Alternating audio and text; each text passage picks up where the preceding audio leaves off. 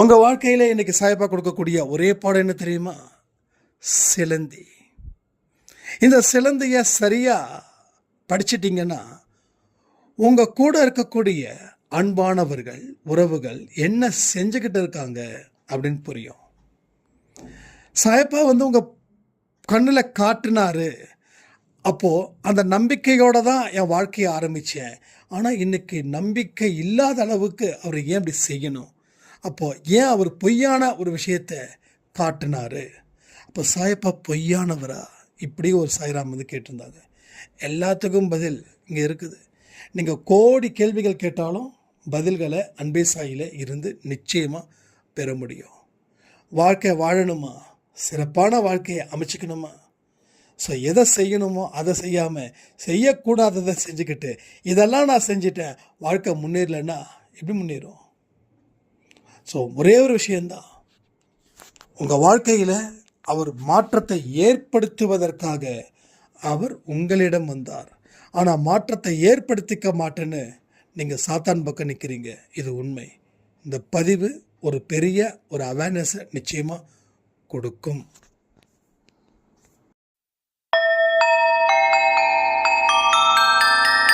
ஓம் சாயிரா சாயிரா, ஓம் சாயிரா சாயிரா, ஓம் சாயிரா சாயிரா, அன்பே சாயிரா, பேரன்பே சாயிரா, அகிலம் தளிக்க ஆத்மா விழிக்க அனுதினம் சாயிரா, எங்கள் அன்பே சாயிரா.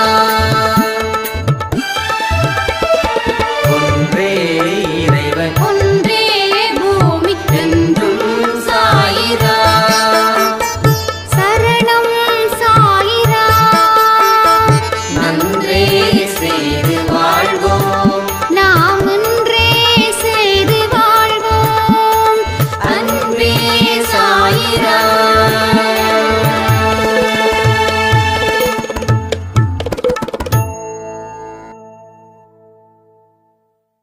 சாய்ராம். என் உயிரின் உயிரானவர்களே, ஒரு தீர்வை நோக்கி நாம் போகும்போது நமக்கு பல காயங்களும் ஏற்படும். அதன் மூலமாக கண்ணீரும் நமக்கு வந்து சேரும். காயங்கள் ஏற்படுறதால தான் கண்ணீர் வருது. அந்த கண்ணீரை பெருசாக்காம அந்த கண்ணீரை தொடச்சிட்டு உங்கள் வழியில் நீங்கள் போங்க. அந்த வழியில் நீங்கள் போகும்போது உங்கள் வாழ்க்கையில் நீங்கள் என்ன லட்சியத்தை நோக்கி போகிறீங்களோ அந்த லட்சியம் நிறைவேறும். கடவுள் ஒரு மனுஷனுக்கு சோதனை ஏன் கொடுக்குறாருன்னா ஒரே ஒரு விஷயத்தை புரிஞ்சுக்கோங்க. நீ வாழ்க்கையில் சந்தோஷமாக சிறப்பாக ஒரு இடத்துல இருக்கணும் அப்படின்றதுக்காக தான் இந்த சோதனைகள். உங்கள் வயசுக்கு மீறி சில பேர் உங்களை காயப்படுத்தலாம், கண்ணீர் விட வைக்கலாம், உங்களை கெஞ்ச வைக்கலாம், உங்களை மட்டம் தட்டி பார்த்து ரசிக்கவும் வைக்கலாம். அது இயல்பாக எடுத்துக்கொள்ளுங்க. அதை பெருசாக கனமானதாக எடுத்துக்காதீங்க. நீங்கள் மனசில் எடுத்துக்கிறத பொறுத்து அது வலியா இல்லை வலி இல்லையான்னு முடிவு பண்ணட்டும். சாயப்பாவோட அருமையான வழிகள் ஏகப்பட்டது இருக்குது. ஆனால் அதை கடப்பதற்கு கஷ்டப்படணுமே தவிர இது கஷ்டமாக இருக்குது நான் கடக்காமல் இருக்கணும் அப்படின்னு நினைக்காதீங்க. ஏதோ ஒரு மூவியில் சொல்லுவார் சூர்யா, நான் கஷ்டப்பட்டு வேலை செய்யலை, இஷ்டப்பட்டு வேலை செஞ்சேன். அதே போல தான் கஷ்டத்தை கஷ்டமாக நினைக்காம கடவுளுடைய இஷ்டம் இந்த கஷ்டம், அதனால் இதை இஷ்டமாக நினச்சி இந்த கஷ்டத்தை கடப்பட சொல்லுங்கள். அந்த கஷ்டம் உங்களுக்கு நிச்சயமாக ஒரு நல்ல தீர்வை உங்களுக்கு கொடுக்கட்டும். கடவுளுடைய அனுக்கிரகங்கள் ரொம்ப பெருசு. அது உங்களுக்கு கிடைச்சிருக்குது. கிடைச்சதால உங்கள் வாழ்க்கையில் கஷ்டங்கள் வருது. என்னங்க கடவுளோட அனுகிரகம் கிடைச்சா அது எப்படி கஷ்டம் வரும்? என்ன பைத்தியகாரத்தனமாக பேசுகிறீங்க அப்படின்னு ஒன்று சொல்லுவா. நல்லா கேட்டுக்கோங்க. ஒரு முட்டாள் முதல்ல பண்ணுறத அறிவாளி 10ஆவதாக பண்ணுவான்னு சொல்லுவாங்க. சில கணக்கு சில வழக்கு எல்லாமே பைத்தியக்காரத்தனமாக தான் இருக்கும். ஆனால் அந்த பைத்தியக்காரத்தனம் என்னைக்கு நடக்குதோ அது ஞானமாக மாறும். அப்போ கடவுளோட இஷ்டத்தின்படி நீ நடக்கும்போது உன்னோட மாய வலையில் இருந்து நீ வெளிவர. மாய வலையில் யார் புற வச்சா? உன்னோட ஆசை, உன் பேராசை, உன்னோட சிற்றின்பங்கள் அத்தனையும் ஒன்றா கூடிச்சு நீ மாய வலையில் விழுந்த சந்தோஷத்தை அனுபவிச்ச. ஆனால் உன்னுடைய ஆசாபாசங்களை தள்ளி வச்சுட்டு நீ என் வாழ்க்கைக்கு வா, என் வழிக்கு வா அப்படின்னு சொல்லி கடவுள் உங்களை அழைக்கும்போது உங்கள் ஆசைகளெல்லாம் துறந்து ஒரு கடினமான பாதையை பயணும்போது உங்களுக்கு கஷ்டங்கள் இருக்காதானே? நல்லா புரிஞ்சுக்கோங்க. கடவுள் மேலே பாரத்தை போட்டு உங்கள் வாழ்க்கையை வாழக்கூடியவர்களுக்கு அந்த கண்ணீர் ஒரு வரமாக மாறும்.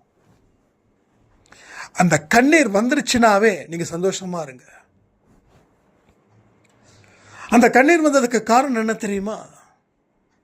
நீங்கள் கடவுள் கொடுக்கக்கூடிய டாஸ்கை தீவிரமாக ஃபாலோ பண்ணுறீங்க.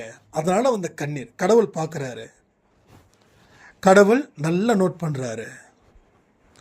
எப்பேற்பட்ட மனுஷன்ப்பா இந்த மனுஷன்.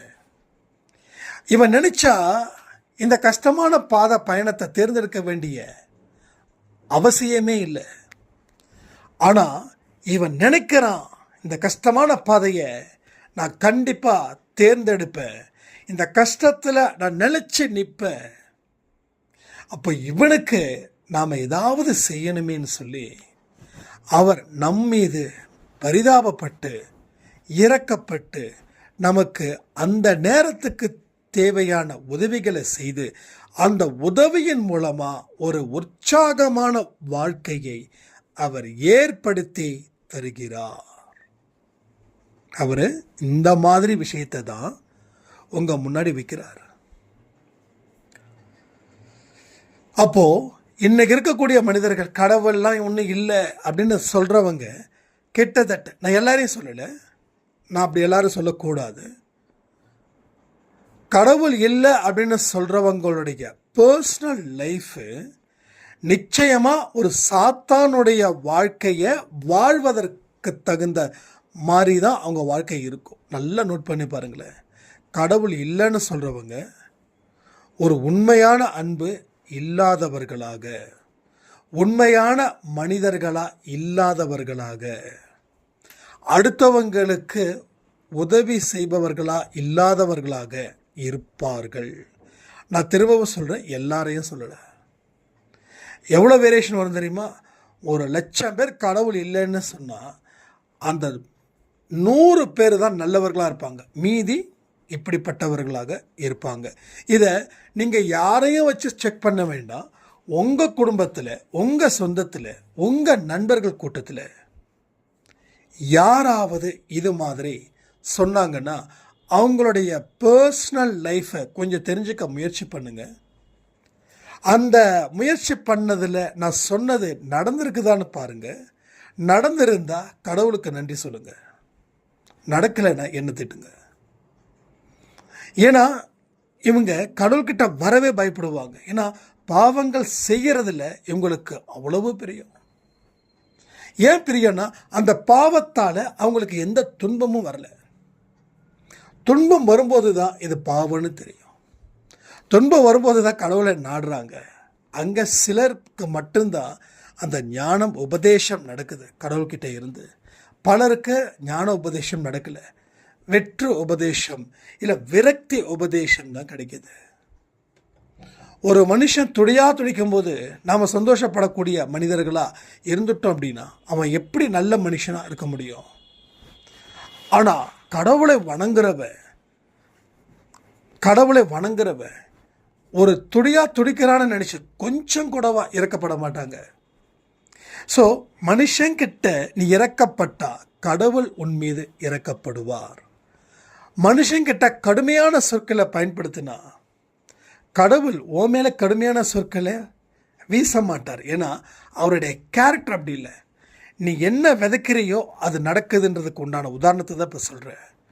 நீ எவ்வளவுக்கு எவ்வளோ கடுமையான வார்த்தைகள் 10 வார்த்தை பேசினியா, ஆனால் உன்கிட்ட சில பேர் வந்து பேசுவாங்க, அவங்க 100 வார்த்தை பேசுவாங்க. அப்போது உனக்கு நாம் செய்தது தப்புன்னு அந்த நேரத்தில் தெரிஞ்சிட்டா நீ தப்பிச்ச. அவன் 100 சொல்லி நீங்கள் 1000 பேசுகிறீங்கன்னா அவன் 1,00,000 பேசுவான். கடைசியில் அவன் ஜெயிப்பான், நீங்கள் தோப்பீங்க. அவனுக்கு ஒரு பாடத்தை எவனாவது சொல்லிக் கொடுக்க ஒருத்தன் வருவான். ஸோ இது வந்து ஒரு செயினாக இருக்கும். ஒரு எப்படி சொல்கிறது, அடுக்கடுக்காக விஷயங்கள் உங்கள் வாழ்க்கையில் பெரும் இழப்புகளையும் ஏமாற்றங்களையும் சந்திக்கிறது போல் இருக்கும். உங்கள் வாழ்க்கையில் இது நடந்துச்சு, அது நடந்துருச்சு, வாழ்க்கையில் முன்னேற முடியல, வாழ முடியல யாராவது சொன்னீங்கன்னா நிச்சயமாக சொல்கிறேன், உங்களுடைய உள்முகம் அப்படின்ற முகம் சரியில்லைன்னு அர்த்தம். உங்கள் உள்முகம், எல்லா மனுஷனுக்கும் 2 முகம், 2 ஃபேஸ், ஜஸ்ட் 2 ஃபேஸ். ஒரு ஃபேஸ் நம்ம வெளியில் காட்டக்கூடியது, இன்னொரு ஃபேஸ் வெளியில் காட்ட முடியாதது. அது உங்களுக்கு மட்டும்தான் தெரியும், பிறருக்கு தெரியாது. சில பேர் தேன் போல பேசுவாங்க, அது அவங்க குணம்னு நினச்சி நாம் அவங்களுக்கு பெரிய மதிப்பையும் மரியாதையையும் நம்ம இதயத்திலே வச்சிருப்போம். ஆனால் அவங்க உள்முகமும் தேனாக இருக்குதா அப்படின்னு பார்த்தா அது தேலாக மாறுது. என்னைக்காவது அவங்க விரிச்ச வலையில் நீங்கள் விழுந்துட்டீங்கன்னா அது கொட்டிக்கிட்டே இருக்கும் உங்களை. ஏன்னா அதனுடைய வலையில் நீங்கள் விழுந்துட்டீங்க. சிலந்தி ஏன் வந்து வலை கட்டுது, ஏன் வலை பின்னுது, எதுக்கு? எத்தனை பேருக்கு தெரியும், எல்லா வீட்லேயும் அந்த ஒட்டடை இருக்கும், சிலந்தி வலை பின்னும். ஏன் வலை பின்னுதுன்னா சின்ன பூச்சிகளை அதில் கொண்டு வரும், சின்ன பூச்சிகள் அந்த வலையில் விடும். வலையில் விழுந்தவொடனே என்ன நடக்குது, ரத்தத்தை ஃபுல்லாக உரியுது. அதானே நடக்குது. அதே போல தான் உங்களை சுற்றி இருக்கக்கூடிய உங்கள் அன்பானவர்கள் தான் உங்கள் ரத்தத்தை உரிகிறாங்க. ஸோ சிலந்தி வலை, இதுதான் உங்களுக்கு சாயப்பா இன்னைக்கு கொடுக்குற பாடம், ரைட்டா? அந்த பூச்சி வலைன்னு தெரியாமல் விழுந்தவன சிலந்திக்கு லாபமாயிடுது, அதை ரத்தத்தை உறிஞ்சிடுது, அதை சாகடிச்சிடுது. என்ன, அந்த பூச்சை அந்த சிலந்தி உடலால் சாகடிச்சது. இங்கே இருக்கக்கூடிய மனிதர்கள் நம்ம வாழ்க்கையை ஒட்டுமொத்தமாக உறிஞ்சி மனதை சாகடிக்கிறார்கள். மனதை சாகடிச்சிட்டுனா ஒரு நடைப்பெணமாக தானே வாழ முடியும். இன்னைக்கு ஒரு உறவு பாதிக்கப்பட்டு பைத்தியகார்த்தனமாக இருக்குதுன்னா அந்த உறவை காயப்படுத்தினது யாரு? நான் ஒன்று சொல்லவா? அப்போ மனிதர்கள் செய்த பாவத்தின் காரணமாக வலை பின்னப்பட்டதா அப்படின்னு கேட்டா எஸ். அப்போ உங்களுக்கு அடுக்கடுக்கான பிரச்சனைகள் இருக்குதான்னா எஸ். அப்போ இதுலேருந்து மேல முடியுமா? கண்டிப்பாக முடியும். முடியாது அப்படின்றது எதுவுமே இல்லை. எவனுக்கு முடியும் அப்படின்னு ஒன்று கணக்கு இருக்குல்ல, எவனுக்கு முடியும் கணக்கு இருக்குதில்ல. அப்போ முடிஞ்சதால தானே இன்றைக்கி மோடி பிஎம் ஆயிருக்காரு, முடிஞ்சதால தானே இன்றைக்கி ஸ்டாலின் சிஎம் ஆயிருக்காரு, முடிஞ்சதால தானே இன்றைக்கி நிறைய பேர் சாதிச்சிருக்காங்க. அப்போ யாருக்கு முடியும்? பலமாக இருக்கிறவனுக்கு முடியும், பலகீனமாக இருக்கிறவனுக்கு முடியாது. அப்போது பலகீனமாக யார் இருக்காங்கன்றது தான் கேள்வி. எவன் ஒருவன் பாவம்தான் தன்னோட வாழ்க்கையோட சந்தோஷம்னு நினச்சி வாழ்கிறானோ அவன் ஆரம்பத்தில் பலமாக்கி இறுதியில் பலகீனமானவனாக மாறுறான். 50 வயசுக்கு மேலே தான் அவனுடைய கர்மா அவனுக்கு நல்ல வேலையை செய்யும். கர்மா நல்ல வேலைன்னா எப்படி இருக்கும் யோசிச்சு பாருங்க. ரொம்ப மோசமாக நம்மளை நடத்தும், நம்மளை கிறுக்கு பிடிச்சவன் போல வாழ வைக்கும். அப்போது நீ ஆரம்பத்திலேயே இதை தவிர்த்திட்ட அப்படின்னா நீ பிற்காலத்தில் ஒரு பலமான மனிதனா நீ வாழ்வ. முதல்ல யார் பலகீனமாக இருக்காங்க அப்படின்னு பார்த்தா, யார் தன்னுடைய வாழ்க்கையை தனக்கு என்ன தேவையோ அதை தீர்மானிக்காதவர்களே பலகீனமான மனிதர்களாக உருவெடுக்கப்படுகிறார்கள். எனக்கு இது வேணும் அப்படின்னா அது நல்லதா கெட்டதான்னு யோசித்து நம்ம முடிவு பண்ணிட்டோம் அப்படின்னா அது என்ன சைடில் கொண்டு போகுதோ அந்த சைடில் நம்ம போவோம், எப்படி ஒரு இரும்பு மேக்னெட் போல். ஆனால் எனக்கு வாழ்க்கை என்ற லட்சியம் இல்லை, நான் வாழ்க்கையை திட்டமிட மாட்டேன் எவன் ஒருவன் சொல்கிறானோ அவனுக்கு அது ஹீரோயிசமாக இருக்கலாம், ஆனால் அவனுடைய எண்ணமே அவனுக்கு வில்லனாக மாறிடும். ஒன்றும் இல்லை, சின்ன ரஜினி பற்றி ஒரு சின்ன விஷயம் நான் பார்த்தேன்.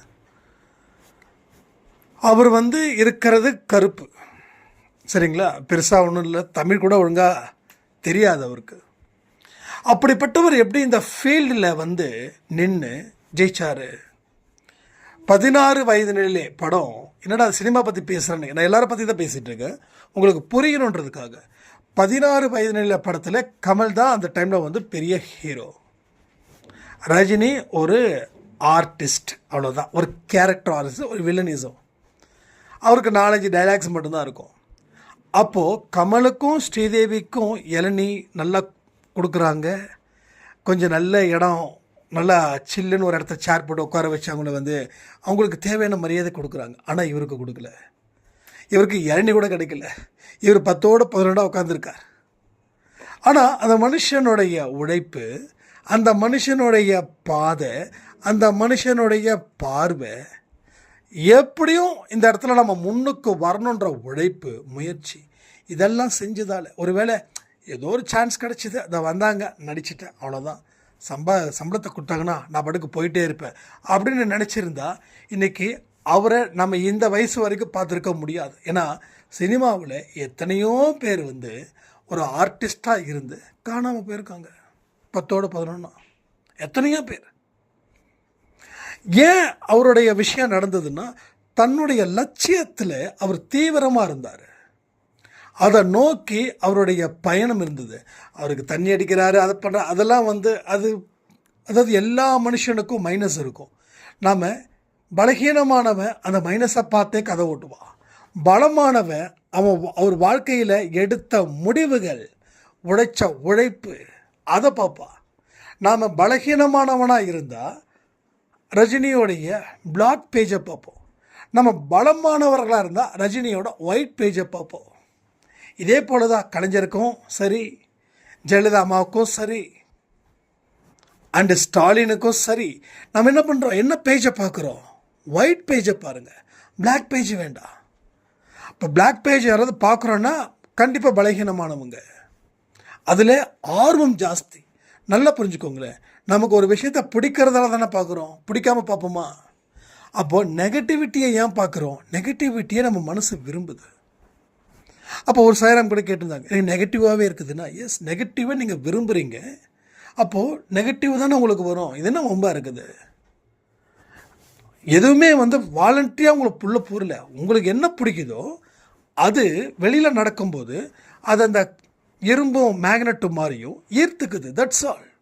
இதில் ஒன்றும் ஆச்சரியப்படுறதுக்கு ஒன்றுமே இல்லை. ஆனால் இது தப்புன்னு தெரிஞ்சால் மாற்றிடுங்க. எங்கே பாசிட்டிவாக இருக்கிறதோ அங்கே நீங்கள் இருங்க. அதுதான் எனக்கு தேவையான ஒரு பிகஸ்ட் ப்ராப்பர்ட்டின்னு நினைங்க. பட் அதை தாண்டிட்டிங்கன்னா எல்லா விஷயமும் உங்கள் வாழ்க்கையில் ஒரு அருமையான ஒரு அற்புதத்தை, ஒரு அதிசயத்தை அது கொடுக்கும். இல்லைன்னா வச்சுக்கோங்க, சிலந்தி வலை, ரைட்டா? ஸோ நிறைய பேர் வலையில், ஏன் நானும் தான் விழுந்திருக்கேன். ஆனால் இது வலை பின்னப்பட்டது அப்படின்னு தெரிஞ்சதுக்கப்புறம் அந்த பக்கம் போல் எத்தனையோ வலைகள் காத்துட்டு தான் இருக்கும். நம்ம நினைப்போம், ஏன் கண்ணில் காட்டணும்? இது பெரிய ஒரு லாஜிக்காக இருக்குங்க. நிறைய பேர் இந்த லவ் ஃபெயிலியரான பசங்க பொண்ணுங்க எல்லாம் என்கிட்ட தனியாக பேசுவேன், நான் பேசணும் ப்ளீஸ்ண்ணா, நான் நீங்கள் அட்டென்ட் பண்ணலைன்னா நான் கண்டிப்பாக நான் சூசைட் பண்ணிக்கக்கூடிய நிலைமையில தான் இருக்கிறேன் அப்படின்னு ஆடியோ மெசேஜஸ் வரும். நம்ம விட்டுற முடியுமா? உடனே என்னாச்சு ஏதாச்சு அப்படின்னா, அண்ணா இது மாதிரி லவ் பண்ணோம், பட் பொண்ணு ஸ்டார்டிங்கில் ரொம்ப நல்ல கேரக்டர், ரொம்ப கேரிங்கு, என்னை அப்படி பார்த்துப்பாங்க, நான் இல்லைன்னா சாப்பிடக்கூட மாட்டாங்க. ஆனால் திடீர்னு என்ன ஆச்சுன்னு தெரியல, எனக்கும் உனக்கும் செட் ஆகாது, ஒர்க் அவுட் ஆகாது. ஸோ அதனால் எனக்கு வேண்டாம். எங்கள் வீட்டில் எனக்கு அம்மா முக்கியம், அப்பா முக்கியம்னு சொல்கிறாங்க. என்னென்னா அது, நான் சாயப்பாவை நம்பி தானே எல்லா விஷயத்தையும் ஆரம்பித்தேன் அப்படின்னு. அவள் புரியுதா? வலை பின்னப்பட்டது, வலைகள் கண்டிப்பாக இருக்கத்தான் செய்யும். அப்போது நீ தான் முடிவு எடுக்கணும். சாயப்பா கண்ணில் காட்டல, சாயப்பா கண்ணில் காட்டியிருந்தாருன்னா அது நல்லதாக முடிஞ்சிருக்கும். இப்போ சாயப்பா கண்ணில் காட்டல, நீ பார்த்தது அது சாயப்பாவை நினச்சிக்கிட்ட. ஒன்றும் இல்லை, ஒரு ரோட்டில் போயிட்டே இருக்கோம், ஒரு டாஸ்மார்க் கடை இருக்குது. அப்போ இந்த டாஸ்மார்க் கடையை சாயப்பா கண்ணில் காட்டினாரா? சொல்லுங்கள், காட்டினாரா? காட்டல. நீங்கள் பார்த்ததால அது காண்பிக்கப்பட்டது, அவ்வளோதான். நீங்கள் பார்த்தீங்க. ஸோ இந்த உலகத்தில் நல்லதும் கெட்டதும் நம்ம கண்ணுக்கு முன்னாடி வரதான் செய்யும்.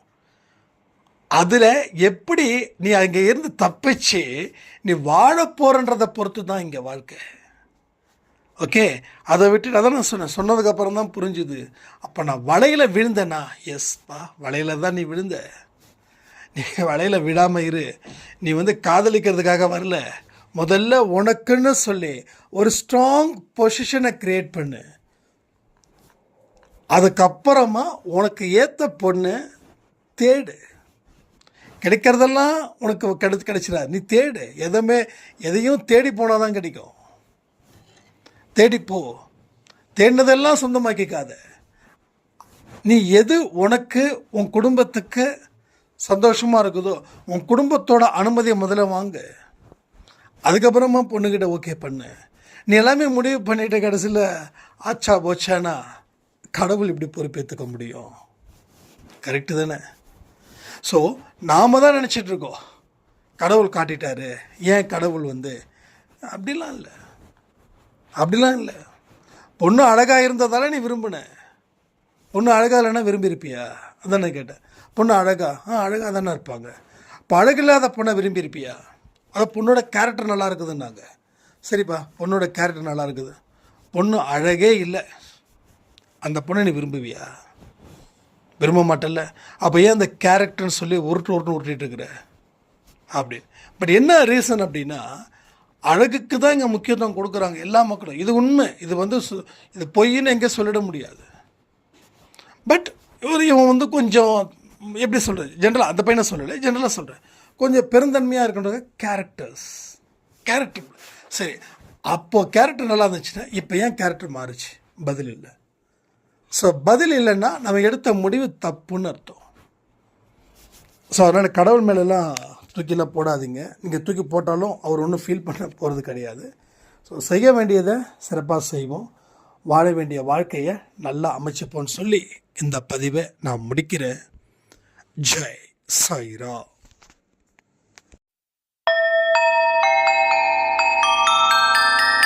ஓம் சாயிரா.